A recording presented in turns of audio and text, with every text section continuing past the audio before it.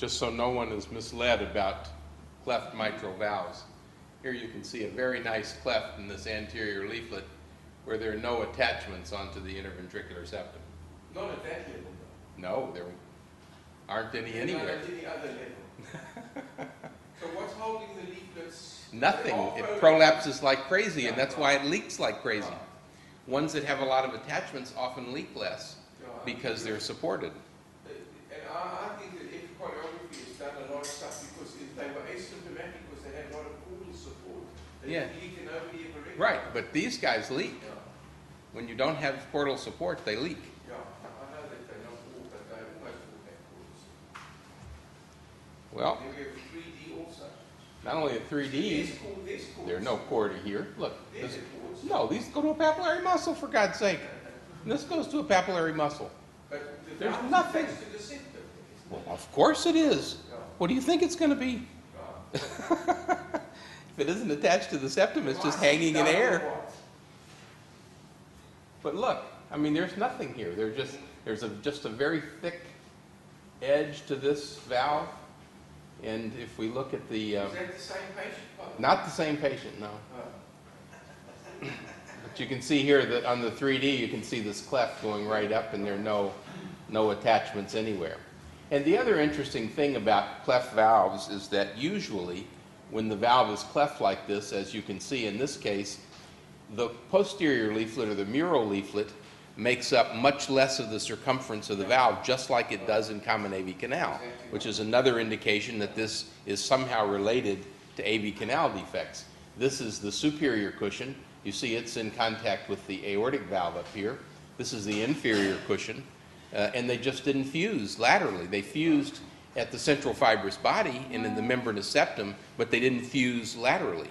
And so the fusion occurs first medially, and then it progresses toward the left side. And so this just stopped before the cushions ever fused all the way out to the tip.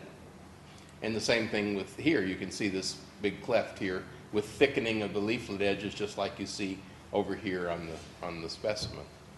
So enough of that, just to straighten the record out here. Almost.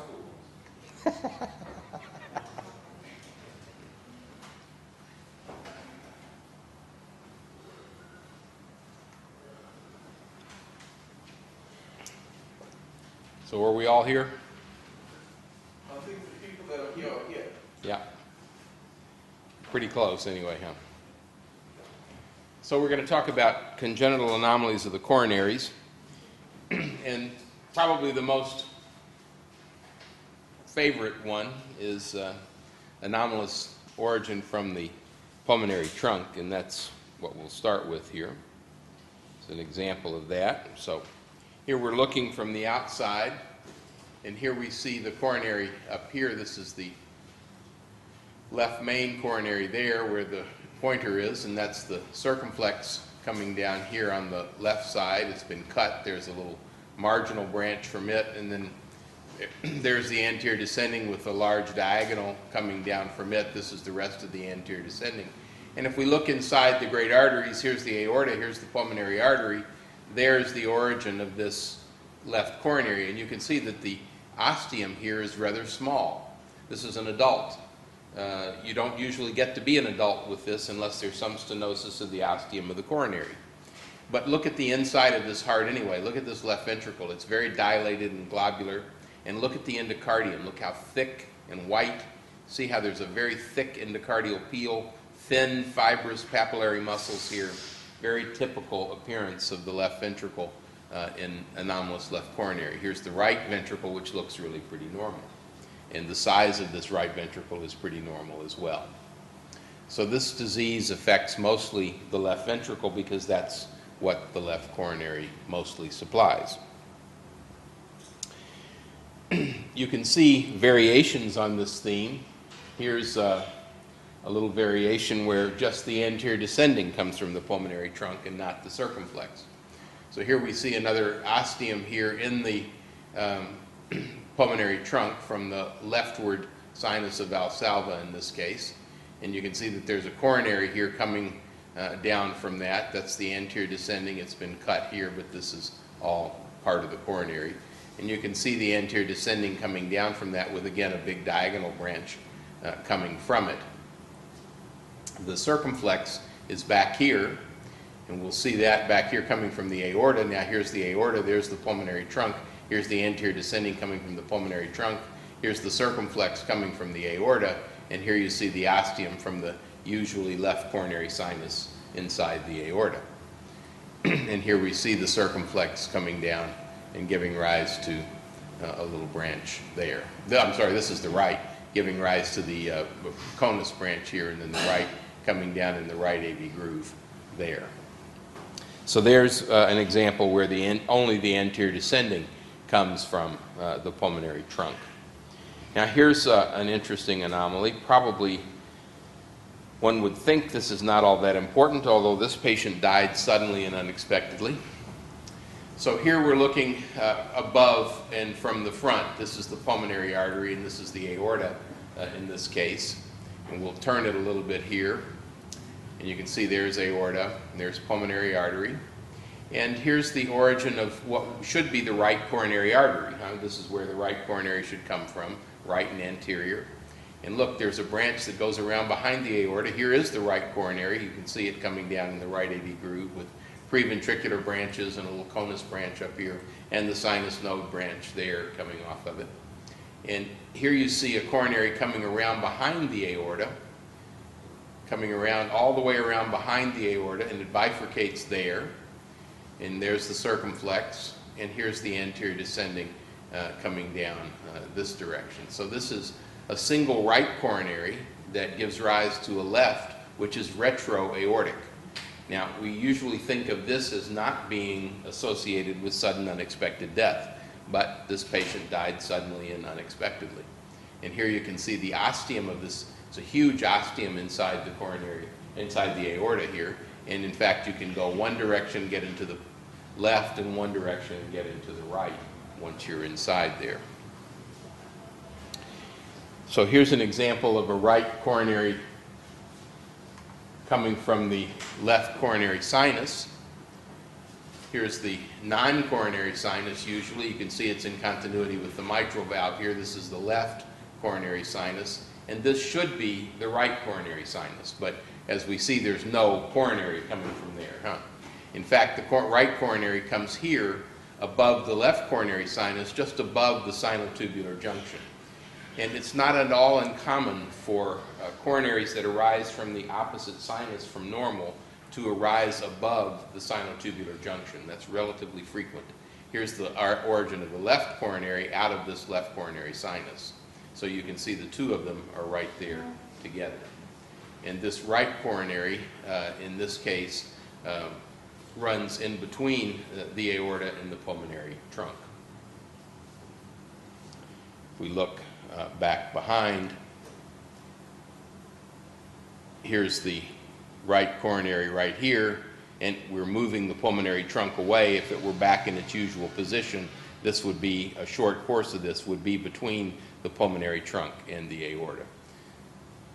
So this has apparently some increased risk, although it's not clear how high the risk is for something like this. Here's a single coronary ostium. Here's the pulmonary trunk here, and the aorta to the right and posterior.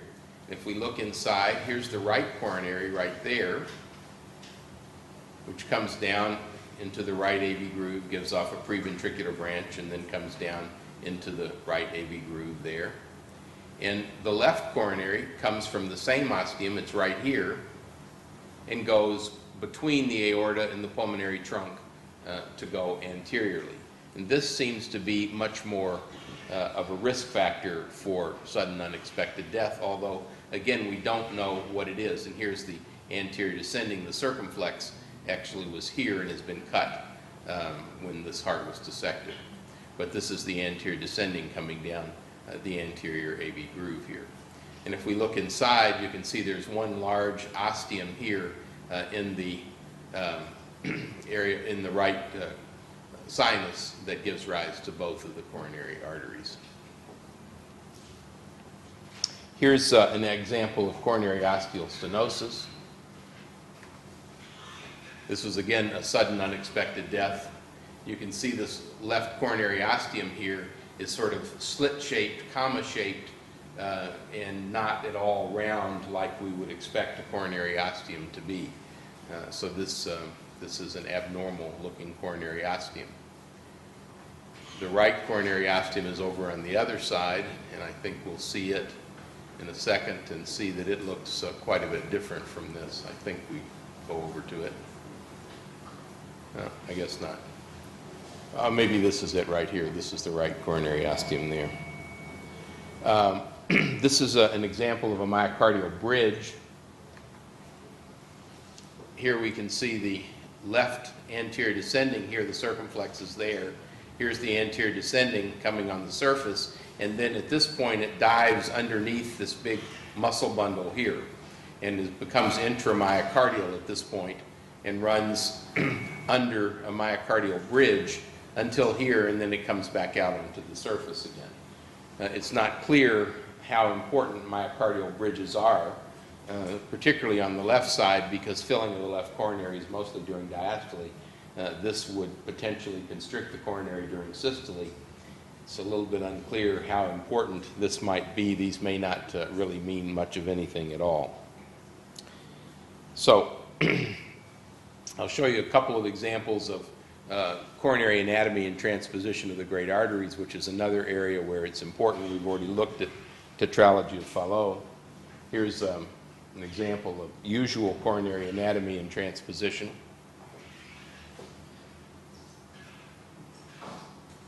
Yeah, there we go.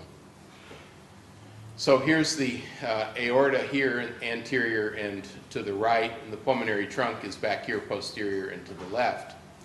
Usually the facing sinuses are the ones, of course, near the pulmonary trunk, so they're going to be the more posterior ones, left and right, and this very anterior sinus is usually the non-coronary sinus.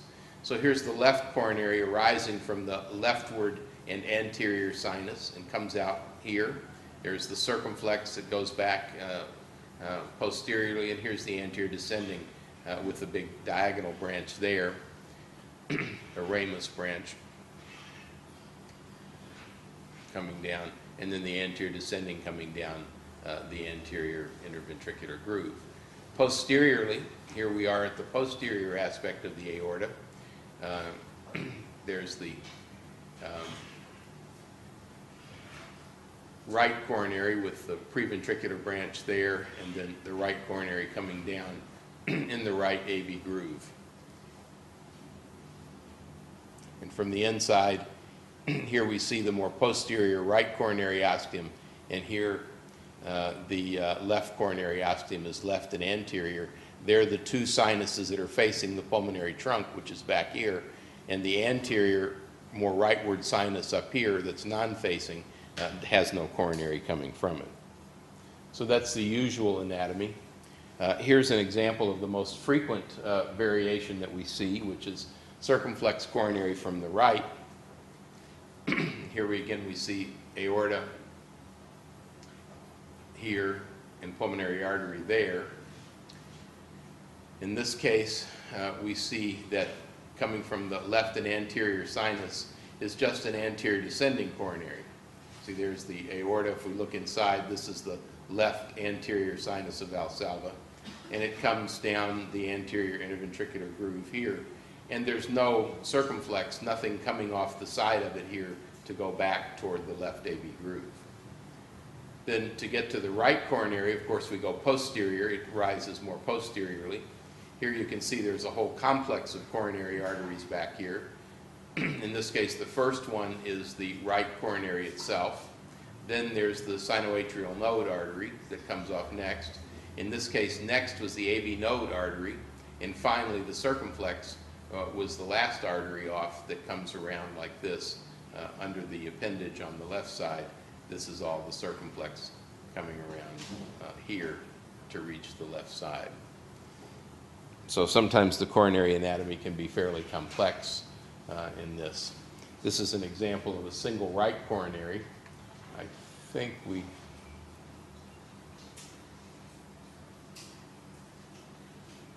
This shows a little bit of the inside anatomy before we get to the coronary. I don't know if I can speed it up or not.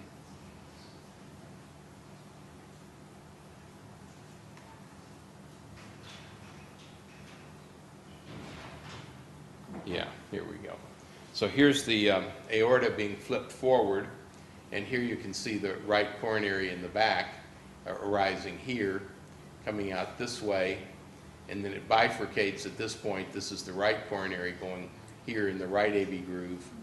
There's the sinus node artery is the next branch, and then the left coronary comes around in the left side this way. And just to show you that you can see these very well with magnetic resonance, these are 3D SSFP sequences that we did to show coronary arteries. Here you can see these are patients actually with transposition that we were looking at their coronaries after a switch operation. Here you can see the left coronary with an anterior descending and circumflex, and a bit of a small proximal right coronary artery here, and then the rest of the right as it goes around in the AV groove. They both came from the right posterior sinus. Here's another example like that, where you can see both of the coronaries coming from the right side. Here's the right coronary going around the right AV groove, and here's the left coronary, long left main, and then circumflex here, and the anterior descending there. This is a cardiac vein here, the great cardiac vein as it's coming around toward the coronary sinus. So you can see this is a non-contrast exam. This is done with the baby lying there in the magnet, free breathing. So you can get a nice 3D rendition, and you just have to cut, like Hirsch cuts the 3D echoes, you have to cut this apart a bit to be able to see the coronary arteries. This is another patient with a single right coronary artery coming out anteriorly here. Here you can see is the aorta here, here's the right, here's the anterior descending here in the circumflex, and then the right coronary goes back over here, just to show you the possibilities with magnetic resonance, since Dr. Hasbani's not here to show it to you. It's like that patient that you